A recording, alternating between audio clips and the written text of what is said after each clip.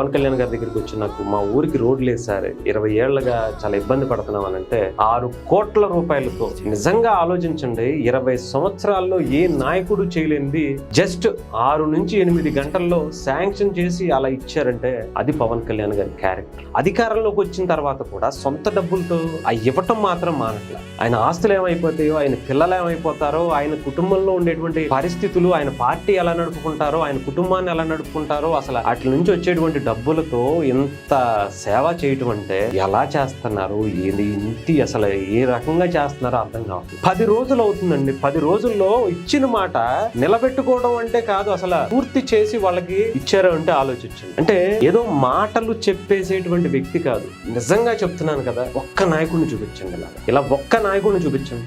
ఏదో ఒక రూపంలో వాళ్ళకి ఏదో ఒక సేవ చేసుకుంటూ రావటమే తప్ప ఆయనకి దాచుకోవటం అనేది ఆయన జీవితంలో ఆ ఆలోచన కూడా రాదేమో ఆయనకి. నిజంగా సార్, మీలాంటి వాళ్ళు ఒక ఊరికొకళ్ళు ఉంటే ఈ ప్రపంచం ఎలా మారిపోద్దో, ఈ దేశం, మీ రాష్ట్రం, ముఖ్యంగా ఆంధ్రప్రదేశ్ ఎలా మారిపోద్దో అనేది జస్ట్ ఊహించుకోండి.